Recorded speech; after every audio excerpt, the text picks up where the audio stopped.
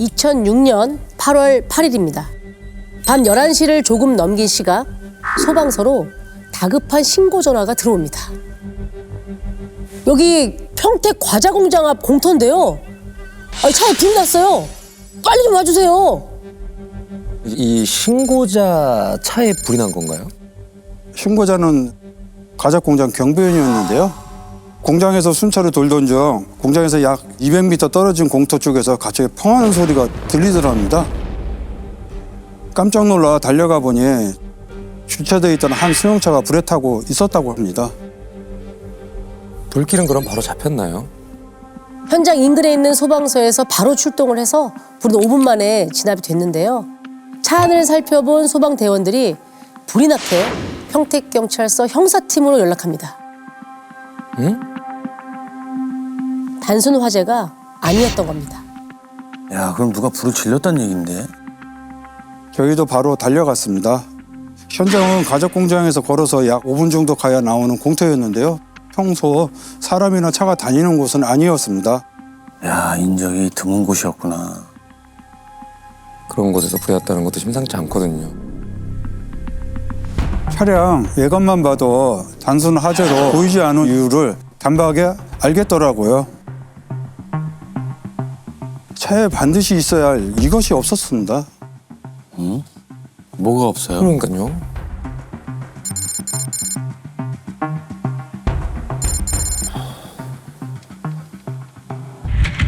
앞쪽은 엔진인데 안 탔네.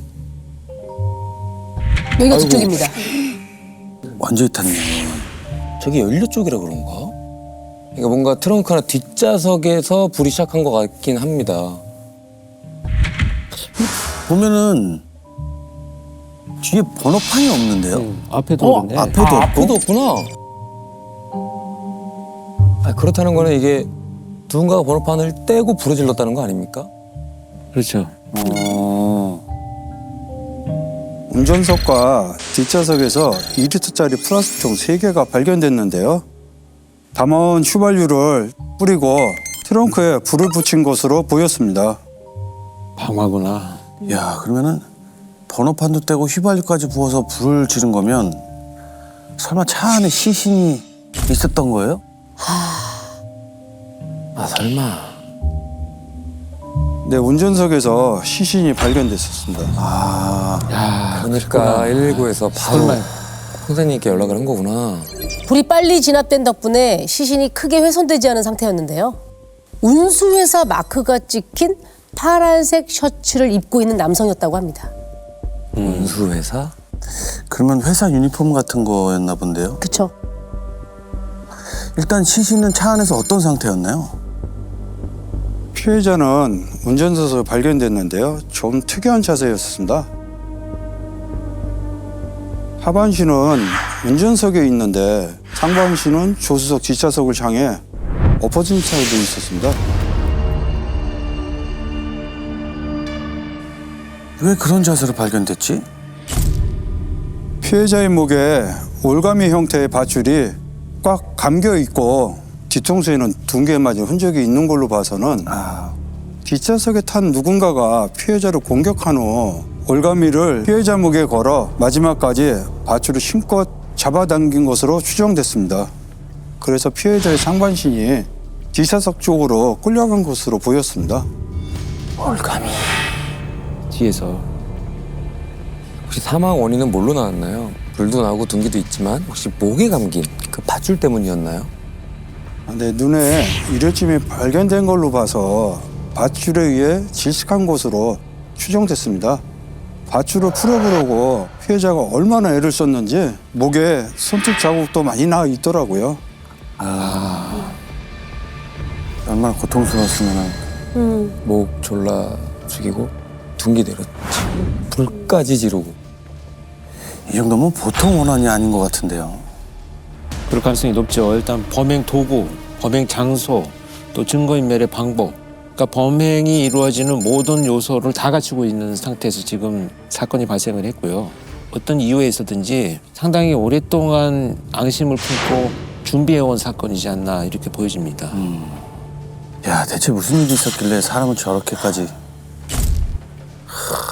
근데 여기다 번호판까지 떼간 거 보면 단서도 안 남았을 것 같아요. 아, CCTV는 없었나요? 워낙 외진 곳이라서 없었습니다. 차 안에서도 범인의 것으로 추정되는 지문이나 DNA도 나오지 않았고요. 유일한 단서는 밧줄과 휘발유로 담았던 통뿐이었는데 둘 다 흔히 구할 수 있는 것들이라서 어디서 샀는지 특정하기가 쉽지 않을 것 같았습니다. 밧줄과 휘발유 담아있는 통뿐이군요. 네. 그러면 일단은 피해자의 신원은 확인이 됐나요? 주머니에 들어있던 지갑에 신분증이 있어서 바로 확인이 됐는데요. 사망한 남성은 평택시에서 홀로 살고 있는 40대 남성으로 마을버스 기사였다고 합니다. 불에 탄 차량을 차대번호로 조회해봤더니 사망한 남성의 차량으로 확인이 됐고요. 아니, 불에 탄 차가 사망한 분의 차라면 마을버스 운행을 마치고 본인이 직접 운전해서 그 공터로 갔다는 거잖아요. 범인이 공터로 불러냈거나 그러니까 갔겠죠.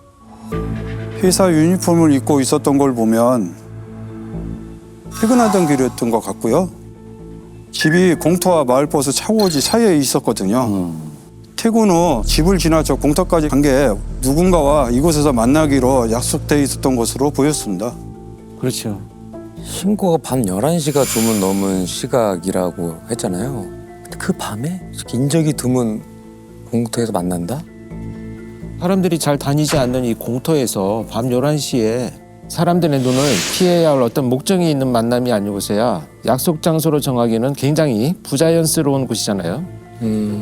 일단은 피해자가 범행을 전혀 예상하지 못하고 범인과 자연스럽게 차 안에 탔어야 되니까 면식범 중에서도 상당히 특별한 관계가 있든가 아니면 특별한 이유가 있든가. 지금부터 사망한 버스 기사를 임씨라고 부르겠습니다. 형사님은 임씨를 어두컴컴한 공터로 불러낸 사람을 찾기 위해서 통화 내역부터 확인해 보는데요. 눈에 띄는 번호 하나를 찾아냅니다. 사건 당일 오후 3시 30분에 임 씨가 누군가에게 전화를 받고 아주 짧게 통화를 했는데요. 발신 번호가 공중전화였습니다. 범인이 수사를 피하려고 공중전화를 이용한 것 같아서 바로 위치를 알아봤는데요. 평택 바로 옆 도시죠. 오산에 위치한 한 대학교 인근 공중전화였었습니다. 현장에서 차로 한 20분 정도 거리였고요. 혹시 목격자가 혹시 있었을까요? 당시만 해도 공중전화를 쓰는 사람이 많았을 때라 목격자를 찾기는 어려웠습니다. 주변에 CCTV도 없었고요. 아니, 혹시 퇴근길에 누굴 만나기로 했다? 뭐 이런 얘기를 안 했을까요? 뭐 한잔하기로 했다던가. 일단 임 씨가 다니는 버스 회사도 찾아가 봤는데요. 사건 당일 버스로 운행을 마치고 밤 10시 20분쯤 차고지에 들어온 것으로 기록이 남아 있고요. 그 이후 곧바로 자신의 승용차로 퇴근했는데 직장 동료들한테 특별한 얘기를 남기로 가진 않았다고 했습니다. 평소와 다르지도 않았다고 했고요. 신고가 11시쯤이었으니까 퇴근하고 바로 공터로 간 것 같긴 합니다. 시간이 그렇죠? 그럼 의심 가는 사람은 없다고 하던가요? 누군가한테 원한을 살 만한 사람이 전혀 아니라고 했습니다. 결근 한 번 한 적이 없을 정도로 성실했고 동료 선후배들에게도 워낙 싹싹해서 두루두루 잘 지냈다고 하고요. 이런 분들이 꼭 피해를 당해.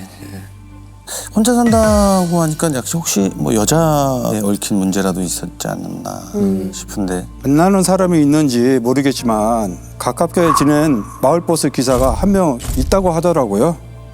임 씨보다 10살 많은 50대 여성 기사였는데요. 임 씨와 누나 동생 하며 서로 잘 챙겼다고 했습니다. 그럼 그 여성 기사님이 뭔가 알고 계실 수도 있잖아요. 임 씨에 대해 물어보려고 전화했더니 마침 근무 중이었었습니다. 그래서 간단하게 임 씨와 최근에 연락한 적이 있는지 물어봤는데요. 2달 전쯤 헤어졌다고 하는 겁니다. 3년간 연인으로 만났는데 돈 때문에 헤어졌다고 했습니다. 임 씨가 워낙 다정해서 가까이 지내게 됐는데 돈을 빌리는 일이 잦았다고 하더라고요. 처음엔 얼마 되지 않은 금액이라 용돈 삼아 줬는데 이게 점점 불어나더니 한 달에 많게는 50만 원까지 주게 됐다고 하는 겁니다. 임 씨가 타고 다니는 중고차도 자신이 사줬다고 했습니다. 저 사진에 나온 차 돈도 주고 차도 사준 거네. 교제하는 기간 동안에는 임 씨를 정말 많이 좋아했나 보네요. 그러다 어느 날 2천만 원 정도 목돈이 급하게 필요하다고 해서 이건 그냥 주는 게 아니다. 꼭 갚아야 된다고 했는데도 돌려주지 않더랍니다. 그래서 그 돈 때문에 자주 다투다가 결국 헤어졌다고 하더라고요. 실제로 확인해 보니 임 씨가 여성에게 2천만 원 입금받은 내역도 있었고요.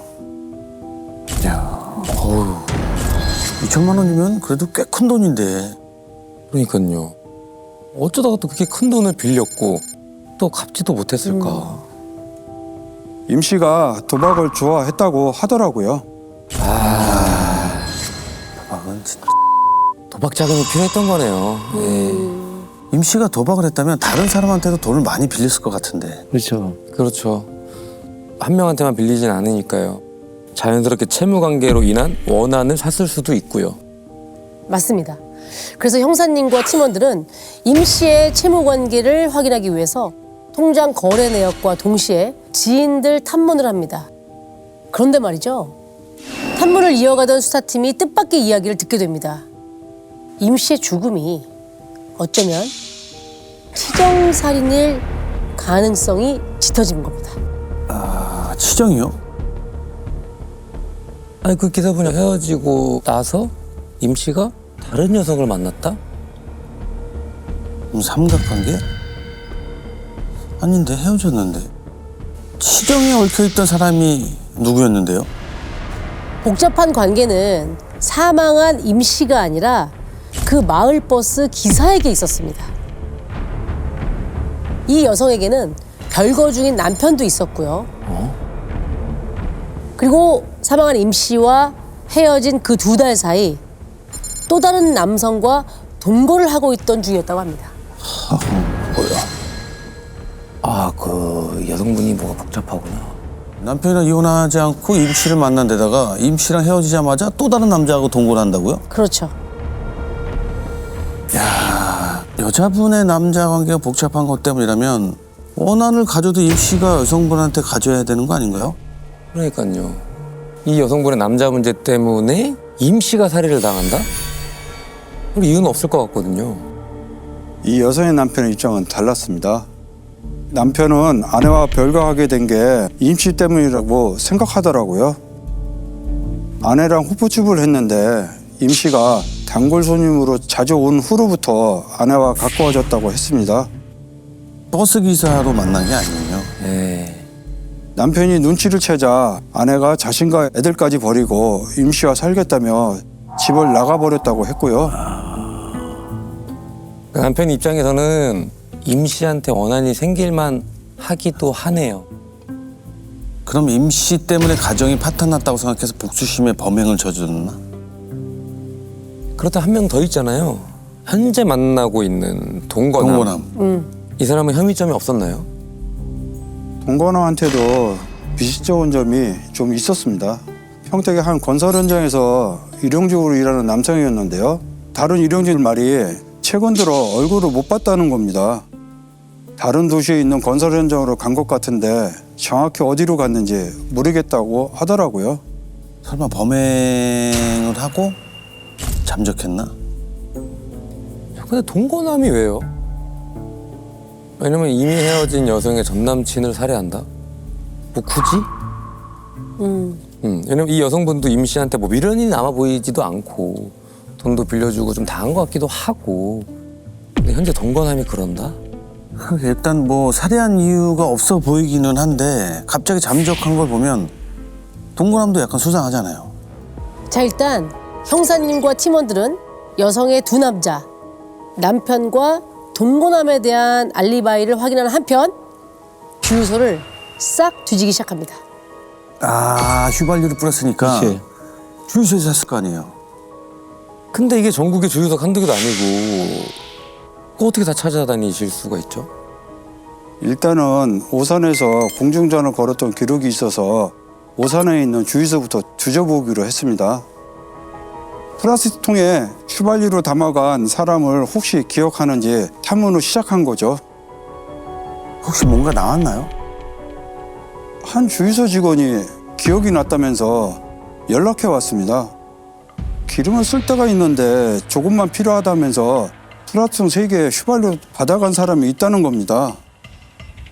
그때가 사건이 발생하기 한 일주일 전쯤이었습니다.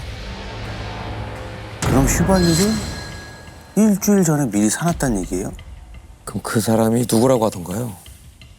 파란색 셔츠를 입은 중년 여성이라고 했습니다. 파란색 셔츠. 피해자가 입고 있던 것도 파란색 셔츠였잖아요. 파란색 셔츠. 그 버스에서 유니폼이라고 했잖아요. 게다가 중년 여성이면 설마 그 전 여친? 저도 설마 했는데요. 주유소 CCTV를 확인해 보니 그 연상의 여인과 인상 차이가 비슷했습니다. 진짜 그 연상의 10살 여성이었어요?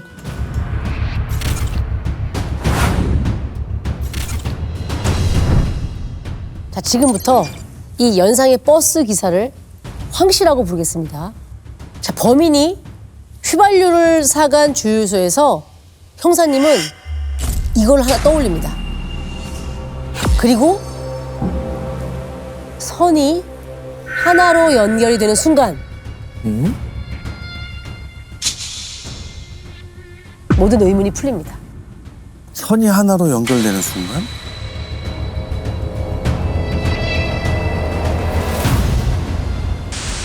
사건 현장이고요. 네. 저희가 주유소 지점입니다. 아, 휘발유를 사간 주유소요? 그렇죠. 그리고 공중전화로 그 전화가 걸려왔다는 저 대학의 위치. 아. 자, 여기에 어?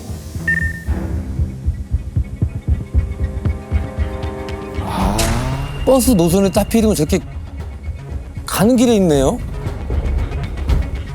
이 세 곳을 다 걸쳐서 종점까지 갔다?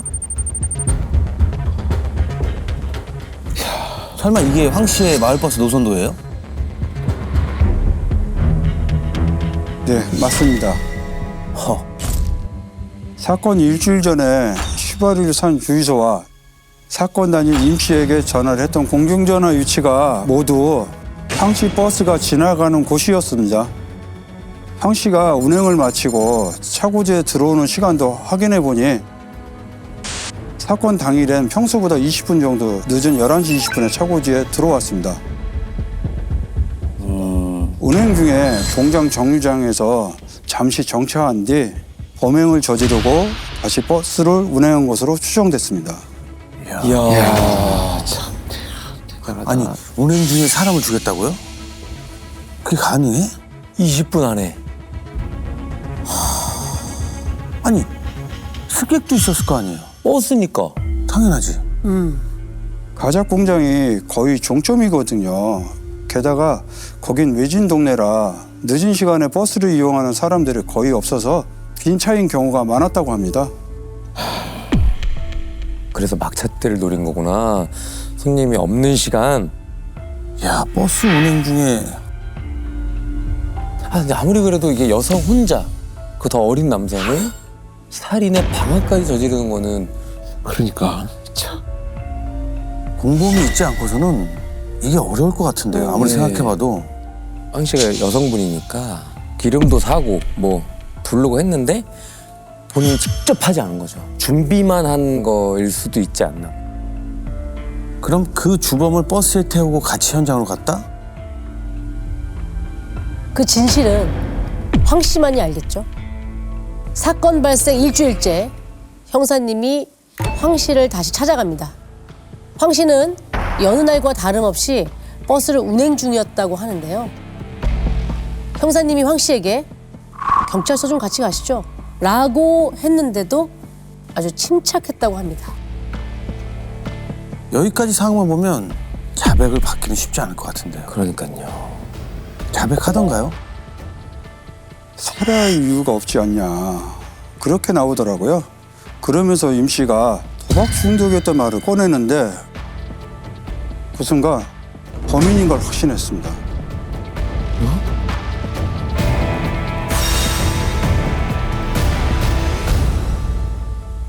설마 그것도 거짓말이었어요? 저희가 사망한 임 씨 채무 관계를 확인하면서 지인들을 다 만나봤는데 임 씨가 도박을 하는 걸 봤다는 사람은 아무도 없었습니다. 돈을 빌려줬다는 사람도 물론 없었고요. 야, 그건 거짓말이었어요?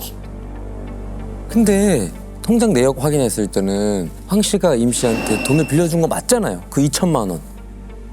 그러니까 임 씨가 죽으면 그 돈도 못 받을 텐데 돈 때문만은 아니었을 것 같은데. 그러니까요. 진짜로 황 씨가 살해했다는 증거가 있었나요? 직접적인 증거는 찾지 못했습니다. 다만 휘발유뿐만 아니라 철문점에서 벤츠도 구입한 게 확인됐는데 그걸로 번호판을 제거하지 않았을까 추정됐죠. 아, 근데 이걸로 직접적인 증거를 삼기에는 좀 부족할 것 같습니다. 그러네요. 형사님은 범행에 쓰인 도구들을 구입할 때마다 황 씨가 직접 구입한 기록을 모두 찾아내서 황 씨 앞에 보여줍니다. 결국 황 씨가 입을 떼는데요. 뭐 아주 황당한 말을 꺼냅니다.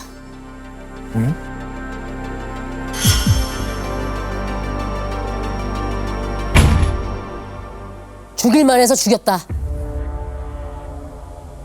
이게 무슨 말도 안 되는 소리예요? 뭔 소리야 또? 어. 아니 도대체 뭐 때문에 살인에 방화까지 한 거랍니까?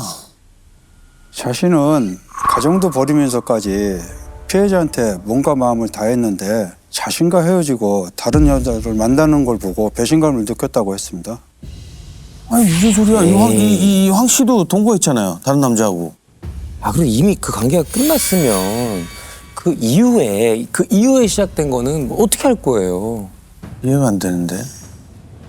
그래서 이제 언제부터 범행을 계획한 거라고 합니까? 한 달 전부터 계획합니다. 피해자를 살해해야겠다고 마음을 먹은 황 씨는요. 쓰레기장에서 밧줄과 망치를 주워서 챙겼고요. 펜치와 휘발유도 차례로 구매합니다.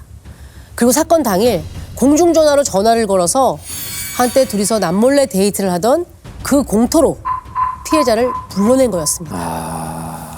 야 데이트를 했던 곳에서 범행을 저지른 거였네. 아무래도 의심 없이 그냥 부르기가 얼마나 좋겠어요. 야 진짜 상상도 못했네.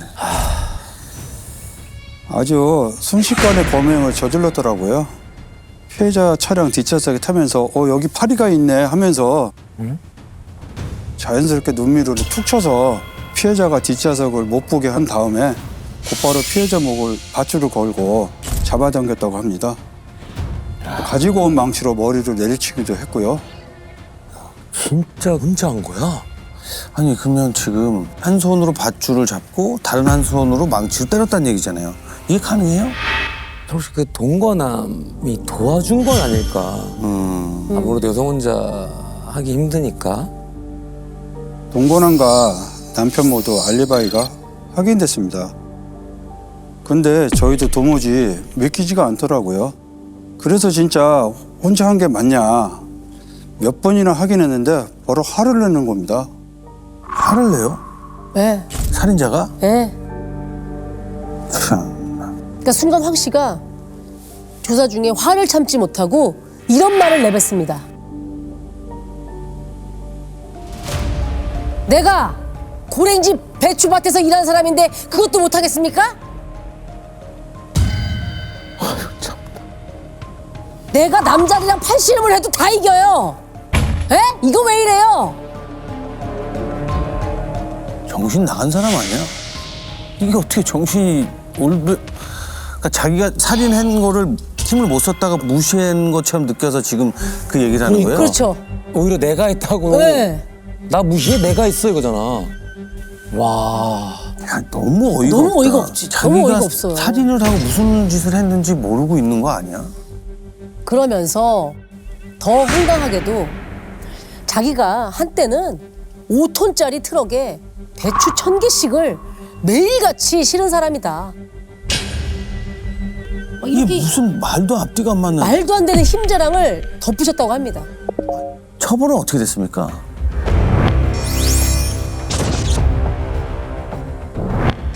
징역 20년 받았습니다.